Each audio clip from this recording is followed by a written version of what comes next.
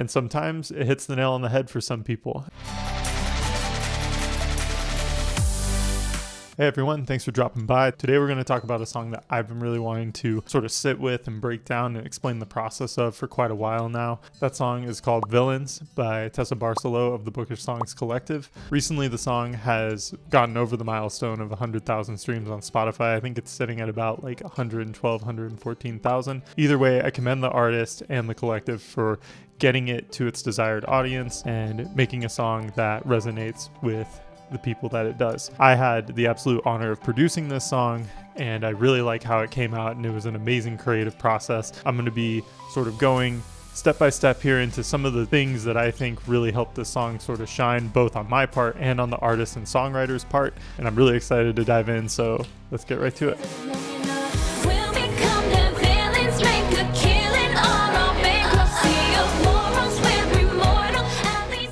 So first off, when I was commissioned to make this song, the influences were a little loose, but also there was kind of a rough idea of the song's basic formula already there. The idea was to make a pop rock anthem with a little bit of cinematic undertones to sort of highlight the narrative that the artist was trying to pair the song with. So I had a couple of reference tracks sent my way. We have 5 Seconds of Summer, Monsters by Ruel. I had to kind of take these and sort of do my own creative thing with them to make the song what it eventually was, obviously with collaboration with the artist. We sort of took different flavors from each one of these reference tracks and just kind of made a nice production bed inspired by what these songs have at their core. I also brought some influences of my own. I brought maybe a couple of songs from Imagine Dragons or the Arcane League of Legends soundtrack. Just very big, bassy, percussive anthems. That's what I was thinking when I first heard the demo of this song, which I'll play now. If we live long enough, we'll become the villains, make a killing on our bankruptcy of morals. We're immortal, at least that's what we think. As you can hear in the demo, I was sort of already provided the basic chords and the basic foundation of what eventually built up this track. And that's always a really nice thing to receive as a producer, when the artist already kind of has everything laid out the way they want it, even if it might have like some chicken scratch here and there, sort of describing, hey, I want this sound here, I want this sound here. It still helps kind of get me or any producer into the like creative headspace, or at least into the world of the song, for lack of a better word. Having a sort of complete template for any of the foundational pieces of the song, having that established earlier on in the process is a lot better than later. Next main thing I want to cover with this was picking out the sounds that we ended up using in the song. The overall soundscape was intended to be very pop rock, so very lots of big drums, big guitars, but also pop synths, vocal chops.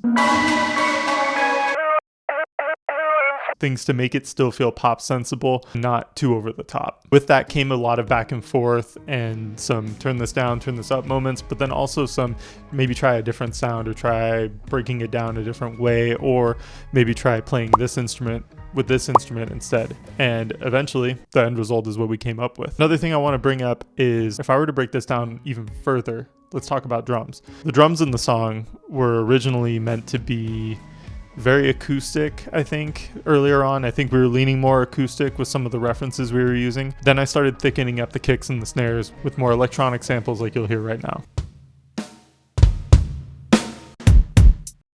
And then around it, I would sort of play around with the balance, and I would kind of pan between them or layer them on top of each other till I had a nice little mix. Through further collaboration, we eventually came up with a drum line that fit the song. Same with guitar and bass. There was a lot of wide riffing. There was a lot of hard panning the guitars like you'll hear right now. And there were a lot of moments where the guitars kind of took a back seat and the synths kind of went over them. I wanted the song to feel like a push-pull between two worlds almost. Like you had the pop, sensible stuff like the piano and the keyboards and the synths. And then you had the rock stuff, which was the guitar, bass, and the drums. And then at certain parts of the song, they would separate, almost sound distant from each other. And then at other times in the song, they would come together, like on the choruses.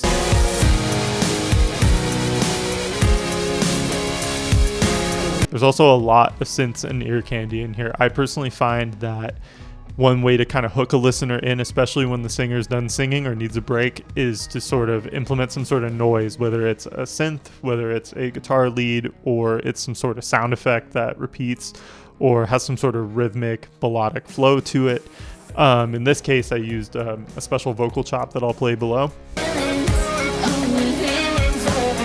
To make this, I took the main hook that Tessa was singing and I sort of cut off just a couple of main syllables and played them on my APC until I came up with something that sounded really cool and sort of jived with the drums quite well, and sounded like it could almost be a song of its own aside from the thing that we were making, and sort of just mixed it in there. And eventually we found ways to sort of blend it in more with the vocals and sort of peek out or even get layered below the main vocal at times. Overall, the instrumental production of the song came from a place where we were inspired by one thing. We still kept that main core essence of it, but we eventually deviated and made something really awesome in the process that sort of held a nice mixed balance for what was going to come next in the vocals.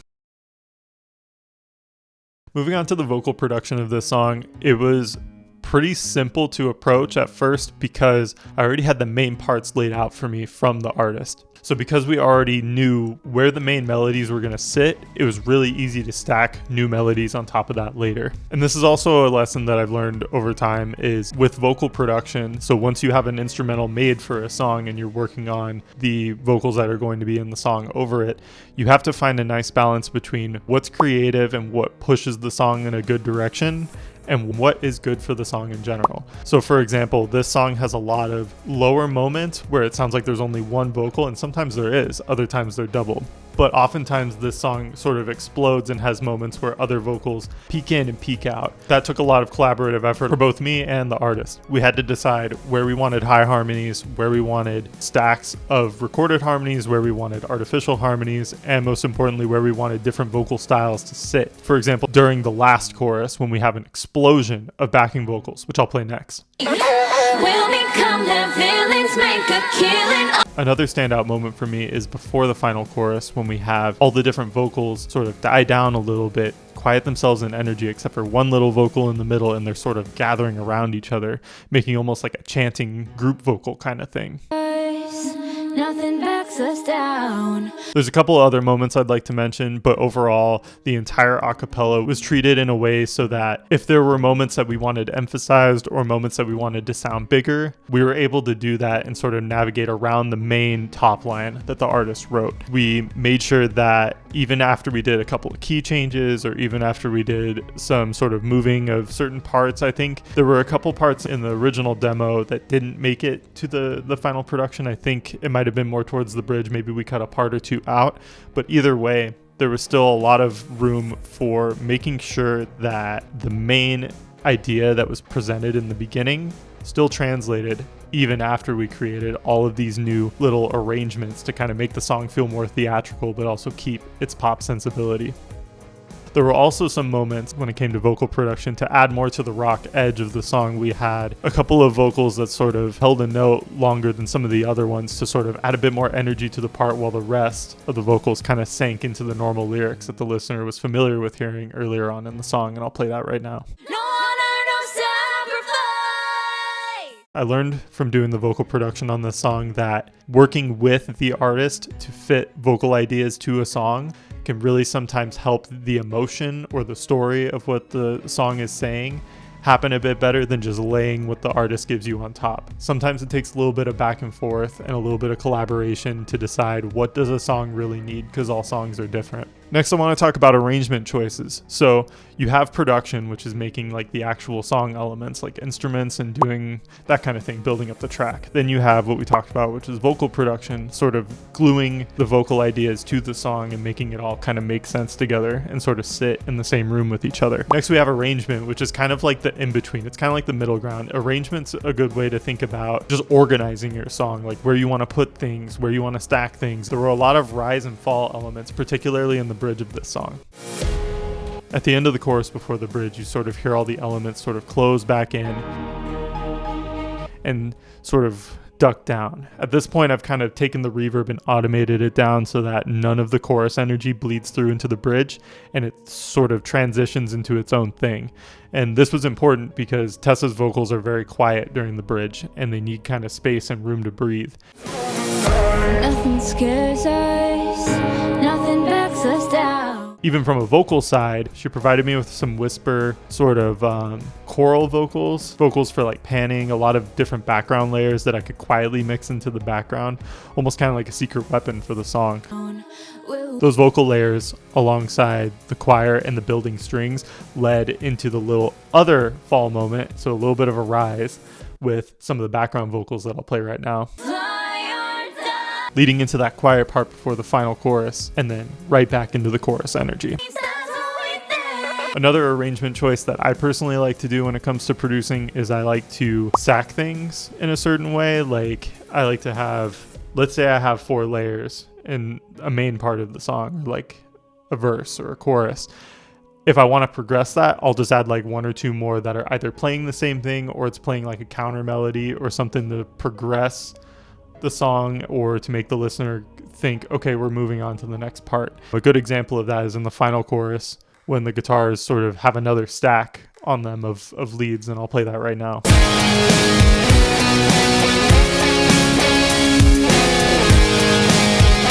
I wanted this part of the song to feel very conclusive and to also make the listener think that they might want to listen to it again, because it sort of epically ties everything together and makes it so that you have a sense of closure because of that last little melodic line. Another moment is in the synth line. In the verse leading into the pre-chorus, I have a bunch of synths and a bunch of keyboards there, and you can hear them progress in a way where you hear the same one going and then eventually more layer on top of it. Those layers aren't heard again until the next verse, and the reason why that is because those sounds are supposed to represent the verse before you start hearing new higher energy ones in the build-up and the choruses. So choosing different sounds to happen or to layer or to stack leading into different parts of the song sometimes help bring up the energy, lower the energy, keep it the same, or tell the listener something new is about to happen. Another thing I like to do with arrangements that I did with this song was I like to treat each group of instruments like they're their own song. So for the drums, what I'd do is I'd mute everything else, and I actually did this with every instrument bed, so I'm not just with the drums, but literally every bus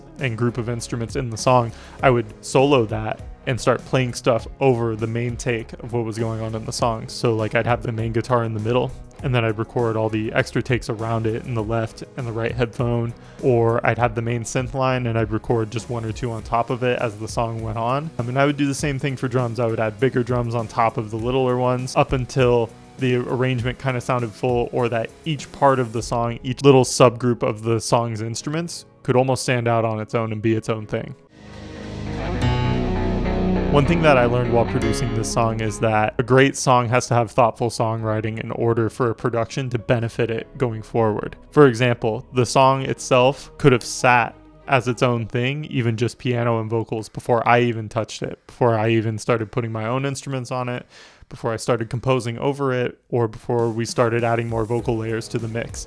If your song sounds like there was a lot of effort put into it just with the raw, most basic elements, it will sound even better when you have it approached for production or when you have it mixed, etc. The song also had a lot of melodic hooks, which taught me that you can have multiple melodic hooks laid over on top of each other at any given point in the song, as long as they're not overwhelming for the listener and they don't take away from the main element.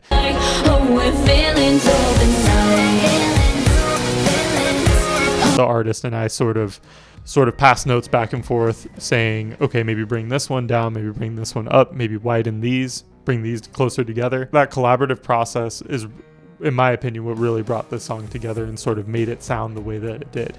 There were also a lot of major modifications that came about while we were making this song. I think even right now, the version that ended up getting released is 2 keys. It's either 1 or 2 keys lower than the original demo was, at least I think.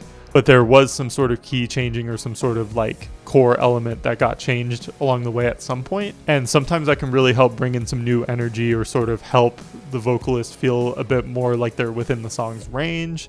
Or sometimes for the producer, it could feel a bit more like we have a new song that we're working on, even though we've been passing stuff back and forth for a long time.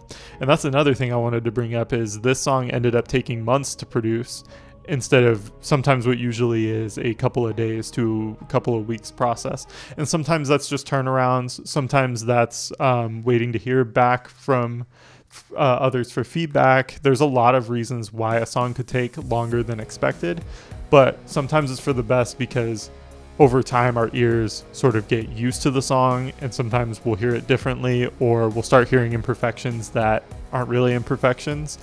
And if you give yourself some time to sort of refresh yourself before working on a song again, sometimes that could be beneficial to the process. And I learned that actually a couple of times while I was working that, or rather I was reminded of that. I wanted to conclude this video with somewhat of a TLDR of what we just went through. What makes a song successful or relatable to a group of people or a target audience can really be a lot of things. I would say in this case, it was the amount of effort put into the song. Sometimes songs require less effort than others. Other times they require more.